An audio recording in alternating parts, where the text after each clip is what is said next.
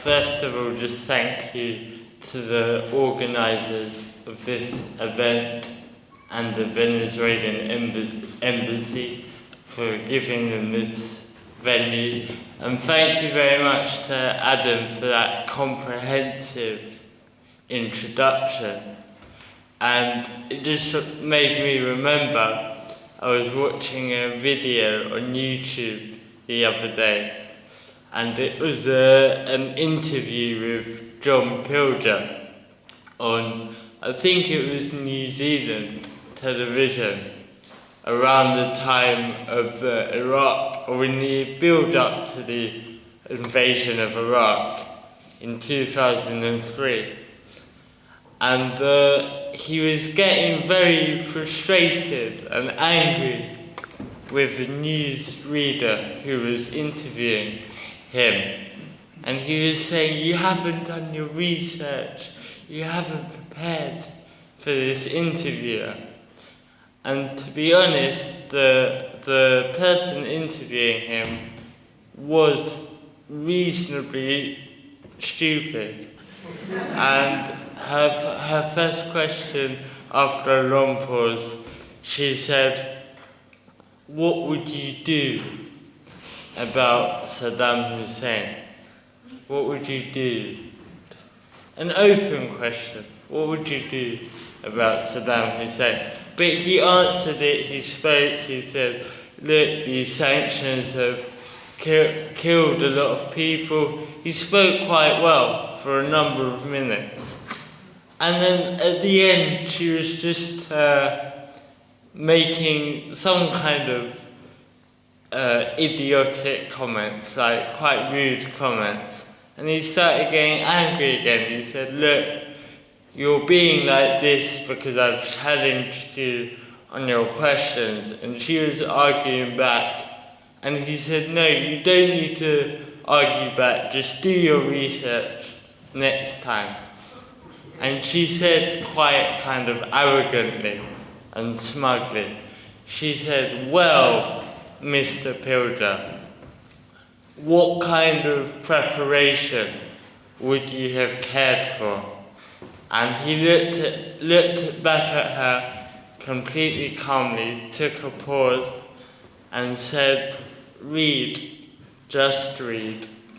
It takes some time, but just read. And even though he was joking, I think he gave her some good advice. And I think if we were all reading about the history of the Palestinian struggle every day, then maybe we could get up and give speeches like Adam and dazzle everyone with our knowledge, because it is important to know what is happening there. It is important that we can argue back with the facts and the knowledge of the history of this conflict, especially our role in it, so that when we're debating with someone, we are more like the John Pilger and not like the interviewer asking him what he would do about Saddam Hussein. I try to read as much as I can, but I've spent most of this last year actually writing a book about my time in Palestine, about my experiences. Well, I lived there for 9 months, so about what happened, the people and the relationships I developed with them. And unity and liberation, which I saw was the title of this meeting, were two themes that run throughout the book. When I was looking back over it, I noticed. Of course, the importance of being united as a nation in resistance to the Israeli occupation. And now we are seeing more than ever why this unity is so important. And I think I experienced that on a much smaller scale, on a micro scale, if you like, in the village I was living in the West Bank. And I lived in this village for 6 months. And when you live somewhere for that period of time, you get to know a lot about, especially when it's a small place, you learn a lot about the different relationships between families and people. This person doesn't like that person. This person likes that person. This family has a rivalry with that family. And to be honest, it gets quite frustrating. You think, come on guys, chill out here. Let's all get along. But essentially, that is what needs to be done at times. When there's a much bigger enemy than that you are facing, is it really important who went to whose party or who went to whose house? When you have an army, a foreign military, that will come and invade your homes every night and will come and arrest your children and your brothers and your sisters. And that's why I think the Palestinian people have a far greater understanding of unity than we currently have. And also liberation, the struggle and the quest to liberate their land from this occupation, from the shackles of oppression.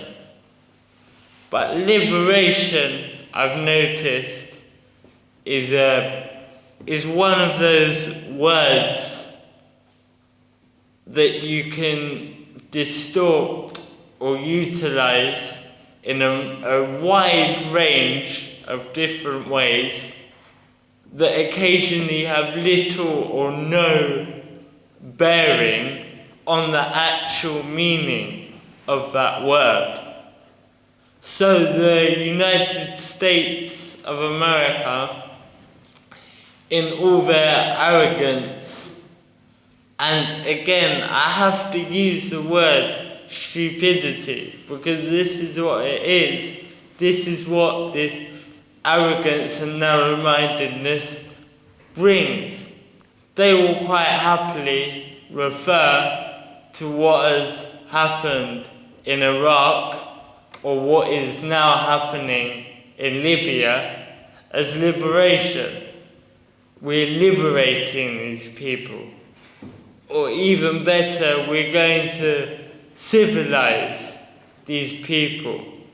And the two concepts are very closely linked, because when you don't have unity, when you don't have that togetherness, foreign powers, unfortunately, in the world that we live in, exploit those divisions in order to conquer your land, to steal your resources, and then, most insultingly, to call it liberation. Now, Adam was speaking about the village leagues which were set up, which were used as an instrument of the Israeli occupation. As Adam was saying, they installed Arab mayors in Palestinian cities and towns, armed and funded by the Israeli military, and tried to pose this as some kind of democratic concept.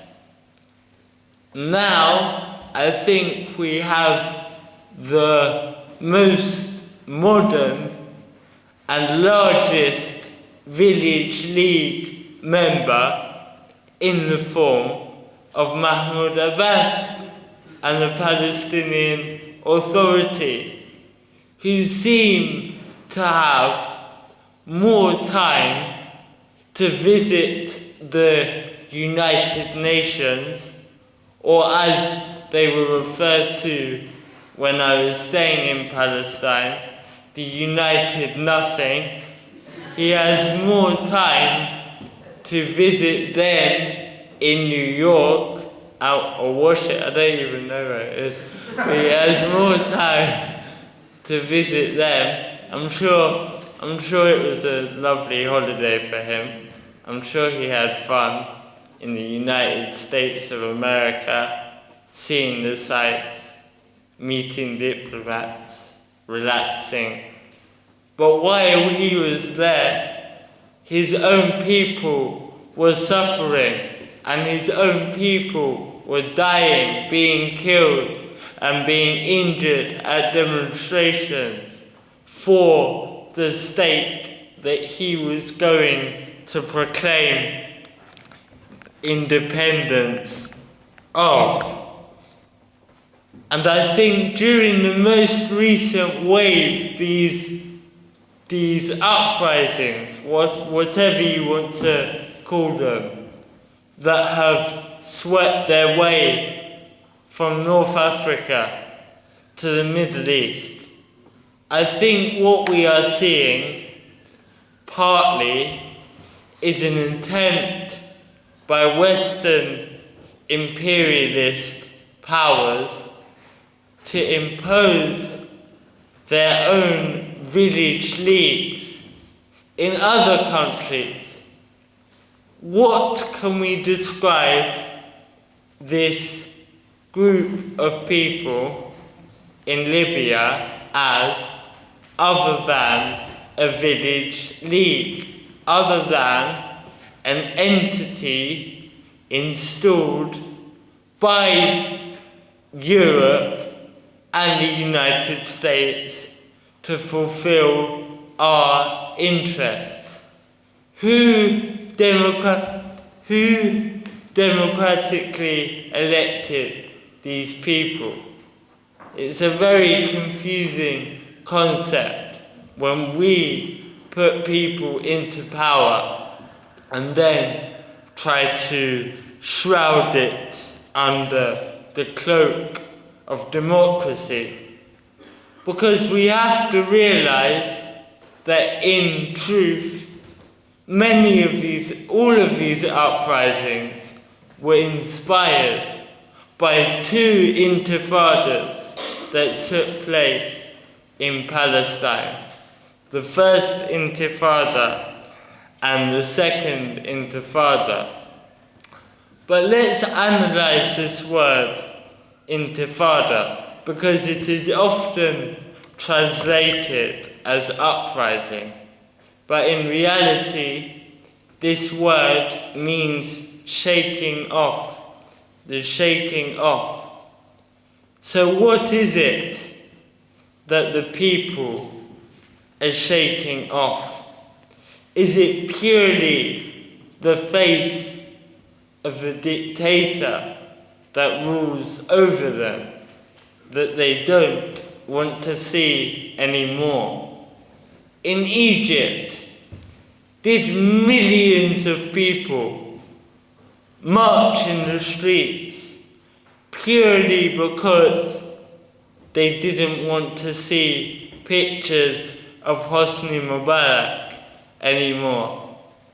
I know he's not the most handsome guy in the world, but it would be a lot of effort just to get rid of a photograph. Or is there something more to these intifadas?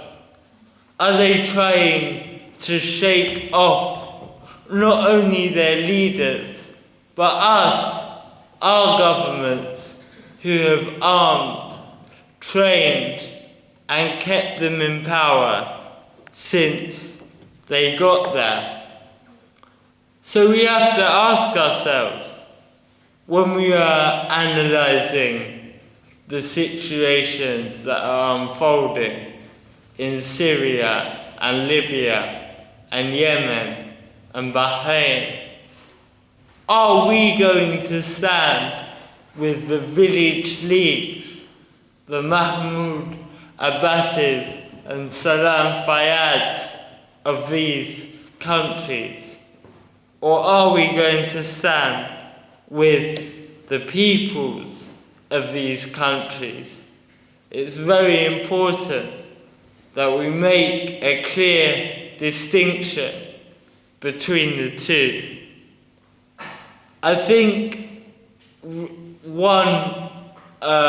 recently this week, we did see one solid achievement of the Palestinian people and of their refusal to submit to the state of Israel through the prisoner swap that was recently agreed and concluded, in which 1,026 Palestinian prisoners are due to be released in exchange for one Israeli soldier.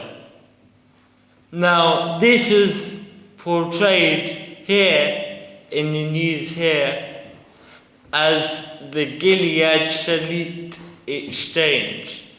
Of course, that one name that we mentioned is the name of the Israeli soldier. And everyone knows his name. Every single person that knows about this story knows his name. But we don't know of the names of the Palestinian prisoners, who included a man named Nael Barghouti, who has served the longest time in Israeli prisons, I think. I think it's just over 40 years. It's around 40 years in Israeli prison. And the huge sacrifice he has made, almost of his whole life. And I remembered his name because I was at a demonstration whilst I was living in Palestine at outside Offa military prison in the West Bank. And this man's family, who hadn't seen their relative for 40 years, were there demanding his release. And that family is one of over 1,000 families that hopefully will see their relatives in the coming days. And I actually went inside of a military prison once when a person I knew who had just been arrested a couple of weeks before was being put on trial. And you can't really describe these kind of kangaroo courts as trials. They are military courts.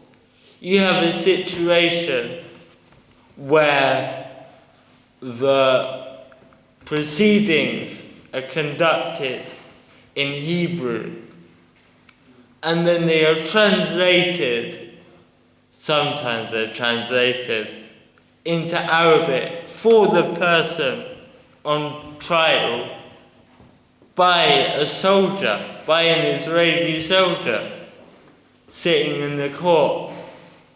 So if you're a Palestinian person being put on trial, even to understand what is happening, you're relying on an Israeli soldier. Now I was trying to think, if a young person was put on trial here, and the trial was in another language, and we had to rely, say, on a member of the Metropolitan Police, I'm not sure that it would all get translated accurately. I'm really not. So these are kangaroo courts. They don't even pretend to be fair or democratic or any of these words we like to use in Britain. Though remember, it was quite difficult to get into the court, but I went along with the man's wife, and she said to the guards that I was part of their family, so they let me in. And that made me realize, when I was thinking about it, that whilst I lived in Palestine, my skin was a lot darker. I had a really nice suntan, because I don't think I get in now, but it worked out. I remember they told us to arrive at the court at 9 o'clock in the morning. So of course, we got there bang on time. Maybe like 15 minutes late, but it was a long journey from where we were coming. Because we hadn't seen our friend or her husband for a couple of weeks, and we were keen to see how he was. And then we were waiting in this yard outside from 9 o'clock in the morning until around 4 or 5 o'clock in the afternoon. And it was boiling hot, nothing to do, just sweating and tired and everything.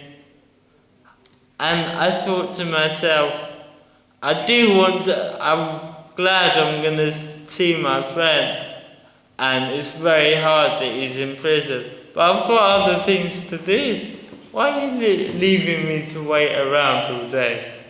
And this is part of the occupation, to tie you down and to grind you down.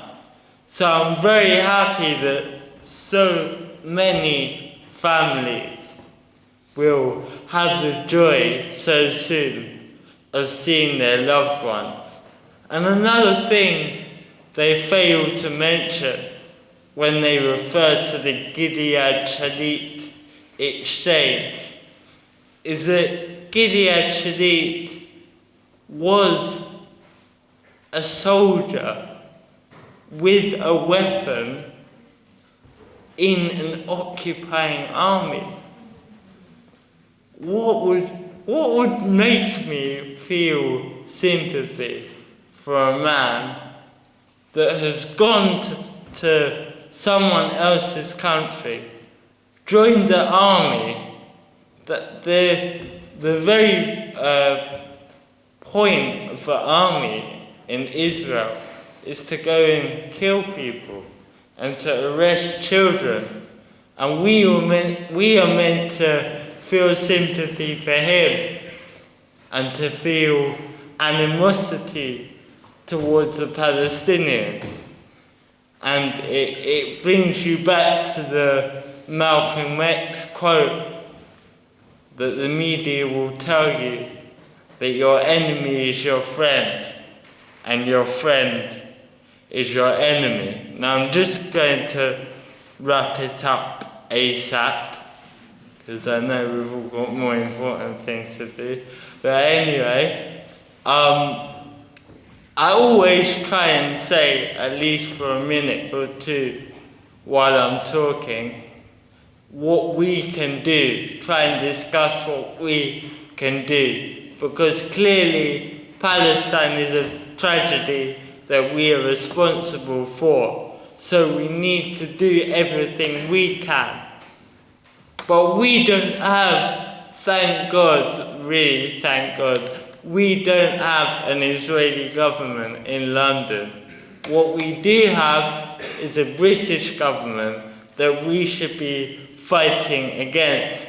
So why not be inspired by the Palestinian Intifada and have our own shaking off, have our own Intifada against the war criminals who occupy the Houses of Parliament. While I was driving here this evening, I noticed how cold it was, and I remembered last winter. It reminded me of last winter when we were having these huge demonstrations. I felt like I had that winter feeling. And I remember Che Guevara, there's a picture of Che Guevara on the wall behind me. Che Guevara visited Gaza in 1959, and he said, we must not let these harsh times destroy the warmth in our hearts. Thank you very much.